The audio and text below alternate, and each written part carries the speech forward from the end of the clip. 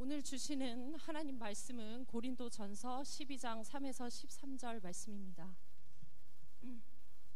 신약성경 277조 고린도전서 12장 3에서 13절 말씀입니다. 다 같이 한 목소리로 봉독하겠습니다. 그러므로 내가 너희에게 알리노니 하나님의 영으로 말하는 자는 누구든지 예수를 저주할 자라 하지 아니하고 또 성령으로 아니하고는 누구든지 예수를 주시라 할 수 없느니라. 은사는 여러 가지나 성령은 같고 직분은 여러 가지나 주는 같으며 또 사역은 여러 가지나 모든 것을 모든 사람 가운데서 이루시는 하나님은 같으니 각 사람에게 성령을 나타내심은 유익하게 하려 하심이라. 어떤 사람에게는 성령으로 말미암아 지혜의 말씀을, 어떤 사람에게는 같은 성령을 따라 지식의 말씀을, 다른 사람에게는 같은 성령으로 믿음을, 어떤 사람에게는 한 성령으로 병 고치는 은사를, 어떤 사람에게는 능력 행함을, 어떤 사람에게는 예언함을, 어떤 사람에게는 영들 분별함을, 다른 사람에게는 각종 방언 말함을, 어떤 사람에게는 방언들 통역함을 주시나니 이 모든 일은 같은 한 성령이 행하사 그의 뜻대로 각 사람에게 나누어 주시는 것이니라. 몸은 하나인데 많은 지체가 있고 몸에 지체가 많으나 한 몸인가 같이 그리스도도 그러하니라. 우리가 유대인이나 헬라인이나 종이나 자유인이나 다 한 성령으로 세례를 받아 한 몸이 되었고 또 다 한 성령을 마시게 하셨느니라. 아멘. 김정숙일 권사님, 박연숙 권사님, 노선미 집사님 찬양하신 뒤에 최시종 담임 목사님 나오셔서 성령의 일하심이라는 제목으로 하나님 말씀 선포하실 때 은혜의 시간 되시길 바랍니다.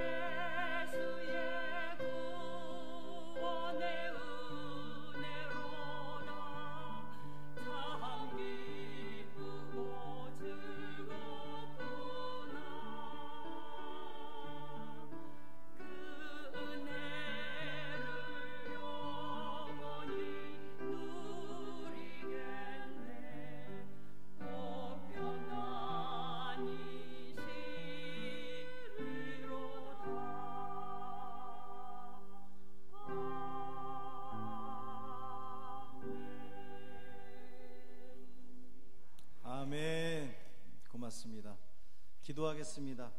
할렐루야. 살아계신 아버지 하나님 고맙습니다. 오늘 성령 강림절을 맞아 우리 사랑하는 성도들이 주님 전에 나와 또 우리 가정에서 그 삶의 처소에서 하나님을 예배하게 하시니 고맙습니다. 이 시간 주님 말씀을 기다립니다. 듣고자 합니다. 주님 말씀하옵소서. 우리의 마음을 열고 귀를 쫑긋 세우고 주님께서 나에게 주시고자 하는 말씀으로 들려지게 하여 주옵소서. 성령 하나님께서 전하는 자 듣는 자 모두에게 동일한 은혜를 풍성하게 베풀어 주옵시고, 그래서 우리 모두가 다 은혜 받는 복 있는 자리 되게 하여 주옵소서. 감사드리며 예수님 이름으로 간절히 축복하며 기도합니다. 아멘. 할렐루야. 인사하겠습니다. 주님의 평화가 여러분과 함께. 옆에 분과 인사 나누겠습니다. 주님의 평화가 당신과 함께.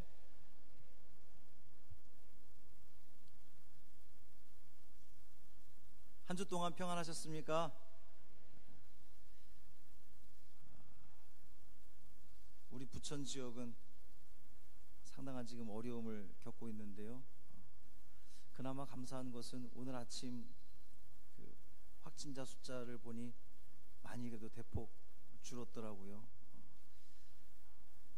소멸되는 날이 언제가 될지 알 수 없지만 그날을 기대하며 또 바라보며 간절히 기도하는 여러분이 되기를 바랍니다. 오늘은 성령 강림절입니다. 지난 주일까지가 부활절 기간이었습니다. 부활절은 7주 동안 계속되었죠. 77이 49, 7주가 지난 오늘 50일째 되는 오늘이 성령 강림절입니다. 오순절 마가의 다락방에 성령의 그 충만한 성령의 뜨거움이 임한 것을 기념하는 날이 바로 이 성령 강림절입니다. 이제 오늘부터 성령 강림절이 시작돼서 우리가 주님의 오심을 기다리는 강림절, 대림절 전까지가 성령 강림절 기간입니다. 오늘 말씀을 통해서 여러분 성령님에 대해서 좀 더 잘 알게 되고 또 성령님을 느끼고 성령님을 체험하고 돌아가는 복 있는 시간이 되기를 주님의 이름으로 축원합니다. 어느 신학자 그 페이스북에 프로필에 이러한 글이 올라왔습니다. 하나님 제발 숨 좀 쉬게 해주세요. 하나님 제발 숨 좀 쉬게 해주세요. 코로나 시대를 살고 있는 우리들, 마스크 시대라 해도 과언이 아닌데 이 코로나 시대를 살고 있는 우리들에게 참 우리의 그 마음을 담은 표현인 것 같아요. 하나님 제발 숨 좀 쉬게 해주세요. 벌써 3개월이 지났습니다. 우리가 마스크 생활을 한 지가 3개월이 지났어요. 지난주 어떤 예배에서 한 목사님이 이런 이야기를 하시더라고요. 코로나 덕분에 감기 환자가 줄었답니다. 동의가 되십니까? 저는 그 말에 100% 공감이 됐어요. 여러분이 잘 아시는 바와 같이 제가 이렇게 계절이 바뀔 때에 환절기가 오면 꼭 감기를 한두 번씩 앓고 지나가거든요. 그런데 지금 3개월이 넘는 시간 동안 한 번도 감기에 걸리지 않았습니다. 제가 만약에 기침을 하거나 콧물을 흘리거나 그러면 여러분들이 얼마나 염려스러운 눈으로 저를 바라보시겠어요. 근데 정말 감사하게도 그런 것 같습니다. 우리가 손을 부지런히 씻고 다니고 마스크를 착용하고 다니니까 감기에 덜 걸리는 것 같아요. 사람 사는 세상이 다 이렇게 일장일단이 있는 것 같습니다. 좋은 게 있으면 또 불편한 게 있고 또 불편한 것이 있으면 그것이 우리네 삶을 좀 더 좋게 만드는 그런 역할을 하기도 하는 것 같아요. 날씨가 더워지면서 마스크를 착용하고 다니는 것이 여간 불편한 게 아닙니다. 그저께 얼마나 날씨가 더웠어요. 27도, 28도까지 올라가는 날씨 속에 이 마스크를 하고 있으려니 참 힘들었는데, 물론 저야 그냥 집과 교회, 거의 교회 사무실에만 있지만 출퇴근 시간이 길어지시는 그런 분들은 참 마스크 쓰고 다니는 게 굉장히 어렵다, 이러한 이야기를 들었습니다. 숨쉬기가 참 어렵지요. 그래서였을까 이 신학자의 외침, 하나님 제발 숨 좀 쉬게 해주세요 라고 하는 이 말이 더 절절하게 느껴집니다. 특히 이 성령 강림절에 더더욱 그렇습니다. 왜냐하면 성령이 헬라어로, 이 원어로 보면 푸뉴마라고 하는 단어를 씁니다. 푸뉴마의 뜻은 숨, 호흡, 이런 뜻입니다. 그 신학자가 괜히 하나님 숨 좀 쉬게 해주세요 그냥 괜히 말하는 것이 아니라 이 성령 강림절을 기다리면서 하나님 숨 좀 쉬게 해주세요, 하나님 성령 좀 쉬게 해주세요, 성령 좀 마시게 해주세요, 성령을 느끼게 해주세요, 성령의 충만함을 허락해 주세요 라고 하는 그 뜻을, 그 의미를 담아서 하나님 제발 숨 좀 쉬게 해주세요, 이렇게 표현한 것이 아닌가 생각이 됩니다. 숨과 호흡은 무엇과 관련이 있습니까? 생명과 관련이 있습니다. 우리는 숨을 쉬어야 생명을 유지할 수가 있습니다. 호흡이 끊어지면 더 이상 산 사람이라고 볼 수가 없죠. 죽은 사람입니다. 이 숨과 호흡은 생명과 관련이 있어요. 우리가 살려면 숨 쉬어야 됩니다. 우리가 살려면 호흡해야 됩니다. 숨을 쉬어서 공기를 들이마셔야 생명을 유지할 수가 있습니다. 푸뉴마에는 공기라고 하는 뜻도 들어있습니다. 그러니까 푸뉴마, 공기를 마시는 거예요. 공기를 마셔야 살 수 있듯이 푸뉴마, 성령을 마셔야 살 수 있다는 이야기입니다. 놀랍게도 오늘 본문 마지막 13절을 우리 다시 한번 읽어볼까요? 마지막 13절 함께 읽어보겠습니다. 우리가 유대인이나 헬라인이나 종이나 자유인이나 다 한 성령으로 세례를 받아 한 몸이 되었고 또 다 한 성령을 마시게 하셨느니라. 어떻게 해요? 마시게 하셨느니라. 무엇을 마셔요? 다 한 성령을 마시게 하셨느니라. 성령을 마신다고 표현하는 거예요. 공기를 마시듯 성령을 마신다라고 표현을 하는 겁니다. 하나님께서 우리로 하여금 성령을 마시게 하셨다 그랬어요. 왜 그렇습니까? 성령을 마시면 어떻게 되는 거예요? 공기를 마시면 살듯 성령을 마시면 살게 되기 때문에 하나님께서 왜 우리로 하여금 성령을 마시게 하셨습니까? 우리 어떻게 하시려고? 살리려고. 우리를 살려주시기 위해서 성령을 마시게 했다는 거예요. 사도 바울은 하나님께서 우리로 하여금 성령을 마시게 함으로 우리가 죽음이 아니라 생명으로 우리가 살게끔 해주었다, 이렇게 이야기하고 있는 겁니다. 그러니까 하나님께서 우리에게 성령을 주신 이유가 뭐예요?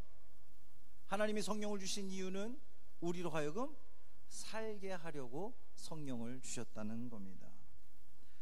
사랑하는 성도 여러분, 성령을 마시기를 바랍니다. 여러분, 성령 마시세요. 공기를 마시듯 성령을 마셔야 됩니다. 그래야 삽니다. 여러분, 살고 싶죠? 죽기를 원하는 사람이 어디 있겠습니까? 살고 싶으면 성령을 마시기를 바랍니다. 자, 그렇다면 성령의 존재 목적이 뭡니까? 성령이 존재하는 이유는 살리는 데 있습니다. 우리의 생명을 살리는 데 성령의 존재 목적이 있습니다. 오늘 말씀의 제목이 성령의 일하심 그랬습니다. 상당히 상투적인 제목이지요. 성령의 일하심. 성령은 오늘도 일하십니다. 성령은 지금도 일하고 계십니다. 아멘. 무슨 일을 하는지 본문을 통해서 우리가 살펴볼 건데요, 성령이 무슨 일을 하든 그 일하는 이유가 뭐라고요? 우리로 하여금 살게 하려고, 우리에게 생명을 주려고 성령이 일한다는 겁니다. 사도 바울은 이것을 우리에게 꼭 알려주고 싶어 했어요. 우리가 읽지는 않았지만 12장 1절 말씀 보면, 형제들아, 신령한 것에 대하여 나는 너희가 알지 못하는 것을 원하지 아니하노니.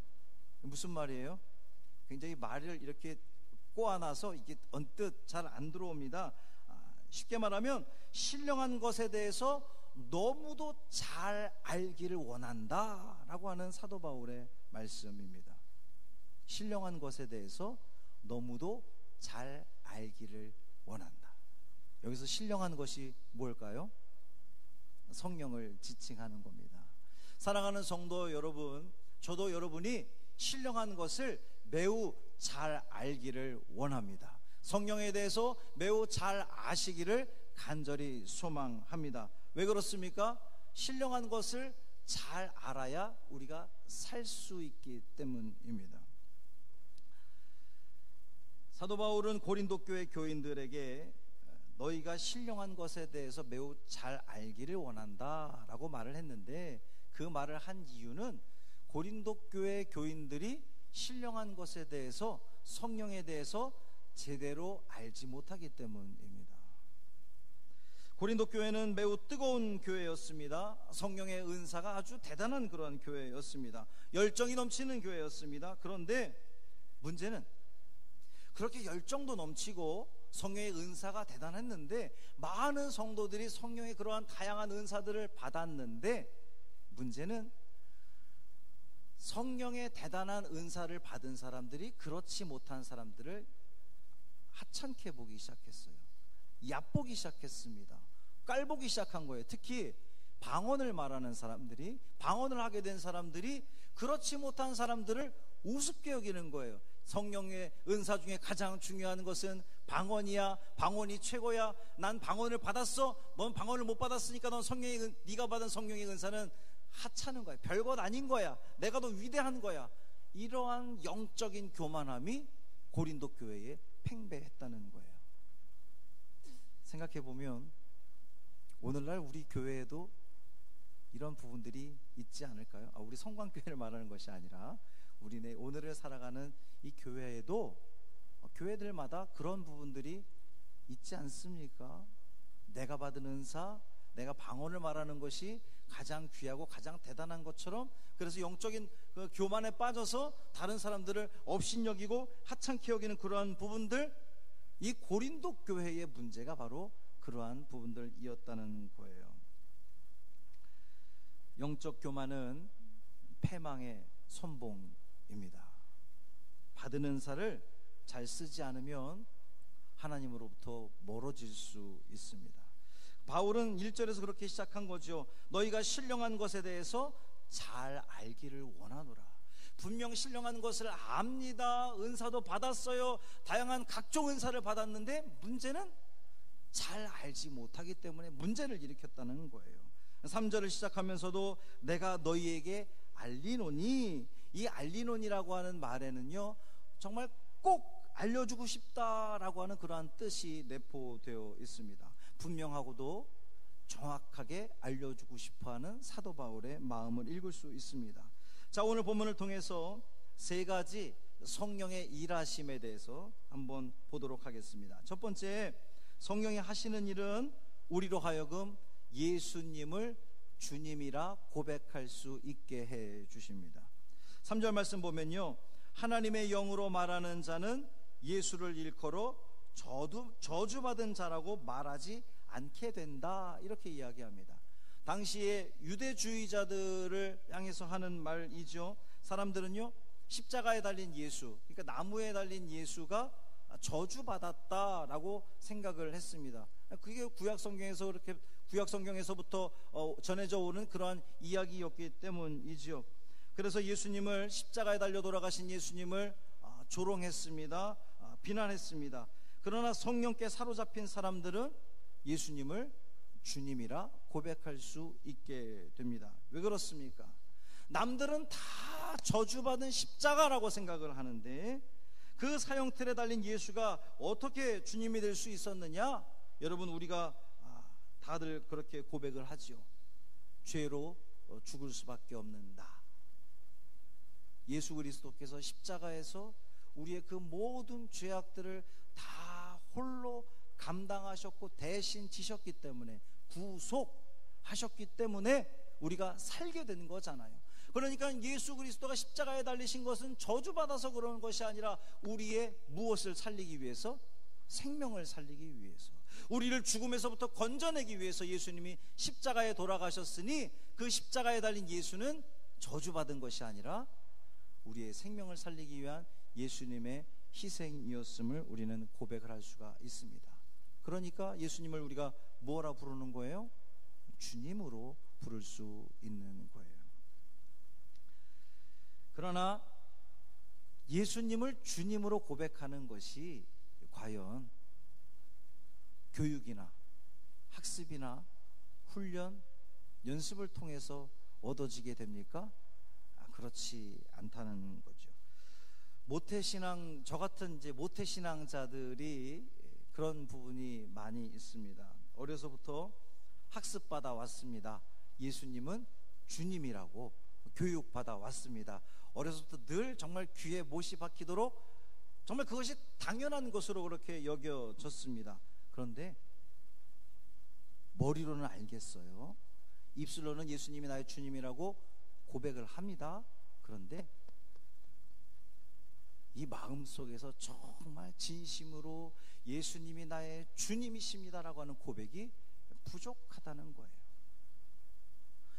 그것을 어려서부터 교육받아오고 학습받아왔다고 예수님을 주님이라고 고백할 수 있는 것이 아니라, 내가 예수님을 정말 나의 주님으로 고백할 수 있게 되는 것은 성령께서 내 안에 역사하셨을 때에, 성령께서 내 마음을 움직여 주셔서 예수님이 날 위해 십자가에 돌아가셨구나 라고 하는 믿음의 고백이 생겨졌을 때에 진정으로 예수님을 나의 주님으로, 성령의 역사에 따라 예수님을 나의 주님으로 고백하게 되었다는 거지요. 오직 성령께서 우리의 마음에 감동을 주셔야, 그 마음을 주셔야 예수님을 나의 주님으로 고백할 수 있게 되는 겁니다. 믿게 되는 거죠. 믿음이라고 하는 것이 여러분, 내가 믿어야지 라고 마음 먹는다고 믿어집니까? 물론 그럴 수도 있습니다만, 정말 우리 마음속에 진심으로 믿어지기 위해서는 내가 믿어야지 하는 것이 아니라 저절로 마음에 감동이 와서 믿어지는 건데, 그 저절로 마음의 감동을 누가 주시냐? 성령께서 주신다고 하는 거예요. 자, 그렇다면 성령의 존재 목적인 생명과 연결시켜 보면요, 예수님을 나의 주님으로 고백하게 된다면 우리는 살게 됩니다.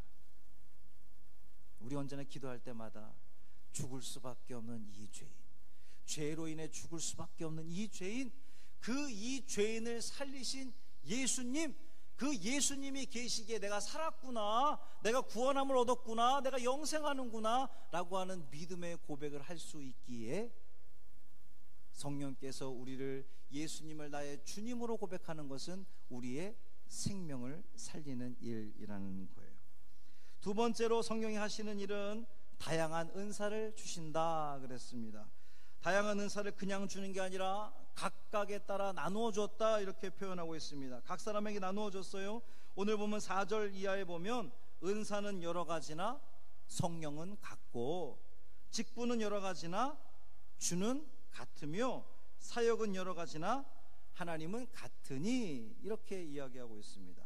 여기서 말하는 은사는 기프트예요. 기프트가 뭐예요? 선물입니다. 그러니까 은사는 여러 가지지만, 선물은 여러 가지지만, 이 헬라어로 이 은사는 카리스마입니다. 은혜라고 하는 거죠. 은사는 은혜의 선물이라는 겁니다. 하나님의 전적으로 부어지는 은혜라고 하는 거예요. 직분은 서비스입니다. 서비스. 헬라어로 말하면 디아코니아. 여러분 한번 다 들어보셨죠? 봉사라고 하는 뜻입니다. 그러니까 직분은 봉사예요. 섬김의 역할을 하게 하는 겁니다. 사역은 워킹입니다. 일하는 것. 헬라어로 말하면 에네르게마 이렇게 돼 있거든요. 에네르게마, 에너지. 에너지라고 하는 단어가 여기서 나온 거예요. 이 일함, 워킹, 이 사역에서부터 그 말이 나온 겁니다. 그러니까 하나님께서 우리에게 은사를 주시고 직분을 주시고 사역을 주신 것은 우리로 하여금 생명을 주시려고 하는, 살리려고 하는. 왜 그렇습니까? 우리가 여러분 아무 일도 하지 않고 가만히 있는 사람을 일컬어서 뭐라고 표현합니까? 살아도 산 게 아니다, 이렇게 표현을 하잖아요. 우리가 살아있으면 움직이는 겁니다. 활동력 있는 거예요. 생명력 있게 움직이는 거, 꿈틀거리는 겁니다. 바로 성령께서 그 역할을 우리에게 주신다라고 하는 거예요.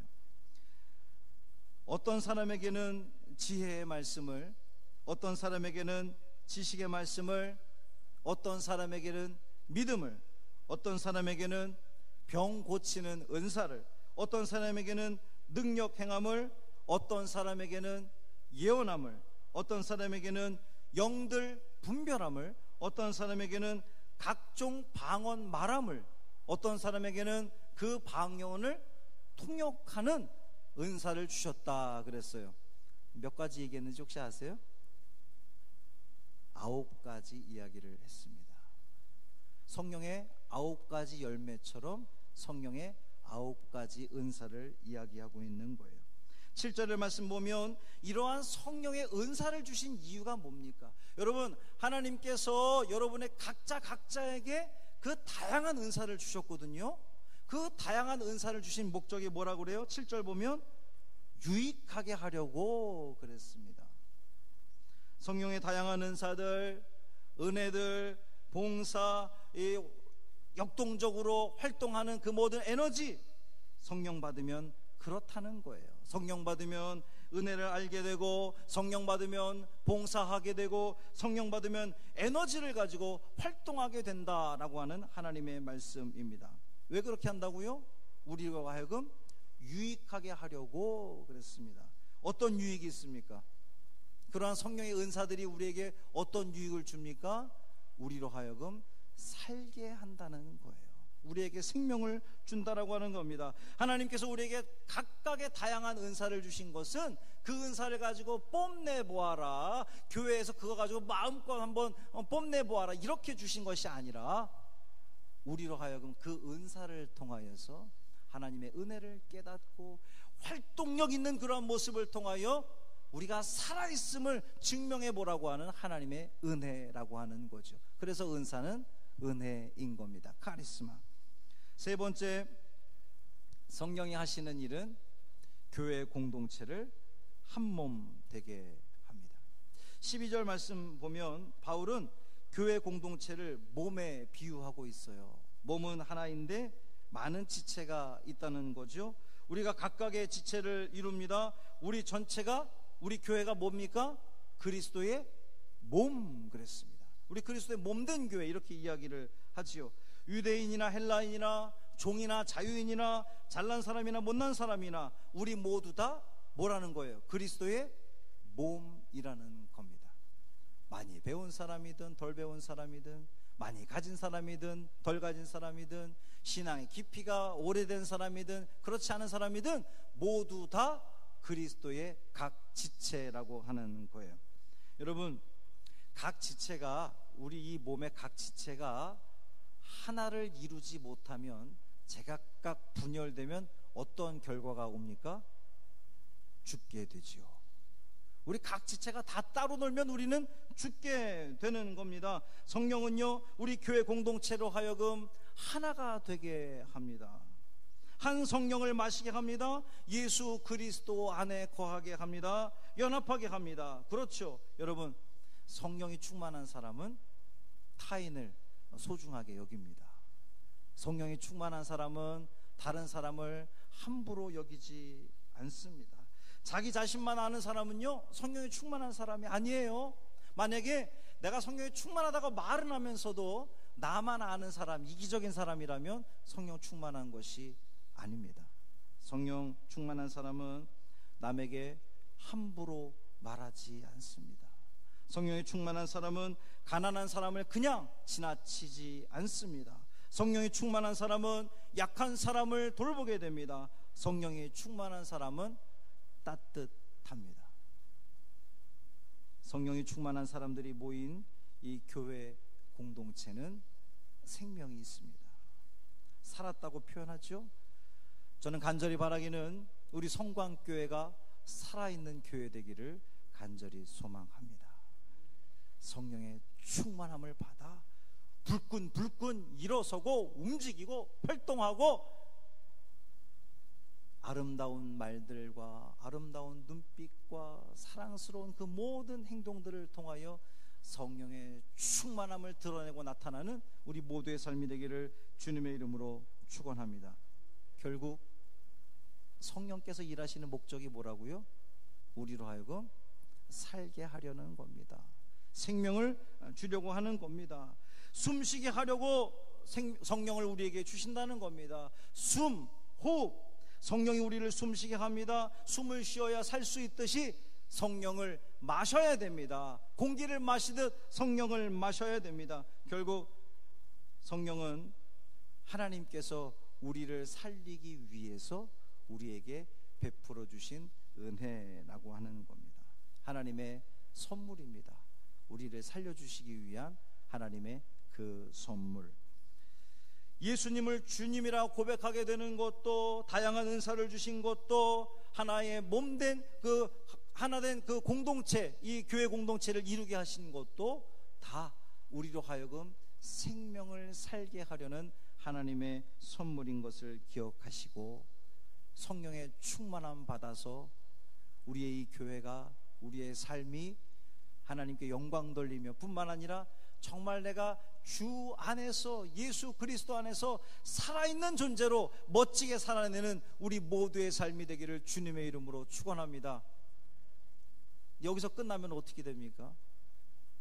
성령을 받아야 내가 살 수 있다, 성령을 마셔야 살 수 있다. 근데 중요한 게 빠졌죠? 어떻게 성령을 마실 수 있습니까? 그거 중요한 거 아니겠습니까? 그냥 우리가 성령 마셔야지, 성령 받아야지, 그러면 내가 사는 거지. 그럼 어떻게? 초대교회 그 마가의 다락방에 모였던 제자들이 무엇을 하다가 성령 받았습니까? 기도하다가 성령 받았습니다. 존 웨슬리 목사님이 어떻게 하다가 그 올더스케이트에서 성령 받았습니까? 하나님을 향한 간절한 마음, 뜨거운 열망, 열정, 사모하는 마음, 그 마음을 가지고 기도할 때에 하나님께서 그에게 성령을 부어주셨습니다. 사랑하는 성도 여러분, 여러분도 하나님께 간절함을 가지고 기도하십시오. 하나님, 나에게 성령을 부어주십시오. 내가 성령을 마실 수 있게 해주십시오. 내가 살기를 원합니다. 내가 살고 싶습니다. 죽은 자처럼 꺼무죽죽하게 있는 것이 아니라 정말 생기 있게 살아있는 자처럼 그렇게 꿈틀거리며 역사하는 삶을 살기를 원합니다 라고 하는 마음이 있다면 하나님께 간절히 기도하고, 그래서 하나님께서 전적으로 부어주시는 그 은혜 가운데에 성령의 충만함을 입어서 우리의 삶이 늘 살아있는 삶, 역동적인 삶, 하나님께 영광 돌리는 삶, 그 삶을 살아내는 우리 모두의 삶이 되기를 주님의 이름으로 축원합니다. 할렐루야. 살아계신 아버지 하나님, 성령 강림절을 우리에게 주시니 고맙습니다. 하나님, 성령의 충만함을 우리가 받기를 간절히 소망합니다. 간절히 원합니다. 성령의 충만함을 허락하여 주옵소서. 성령을 마시게 하여 주옵소서. 성령을 마시지 않고서는, 성령이 아니고서는 우리가 살 수 없음을, 호흡할 수 없음을, 숨 쉴 수 없음을 다시 한번 깨닫게 되었습니다. 주님, 성령이 아니고서는 우리도 한순간도 살 수 없음을 다시 한번 깨닫게 하여 주옵시고, 매 순간순간마다 성령의 임재를 간구하는, 성령의 충만함을 간구하는 우리 믿음의 성도들 되게 하여 주옵소서. 한 주간의 삶을 살아가면서 성령 충만함 가운데 살아가면 우리가 있는 그 모든 자리가 새롭게 변화될 줄 믿습니다. 바뀌어질 줄 믿습니다. 죽었던 것들이 소생케 될 줄 믿습니다. 우리를 통하여 역사하여 주옵소서. 감사드리며 예수님 이름으로 간절히 축복하며 기도합니다. 아멘.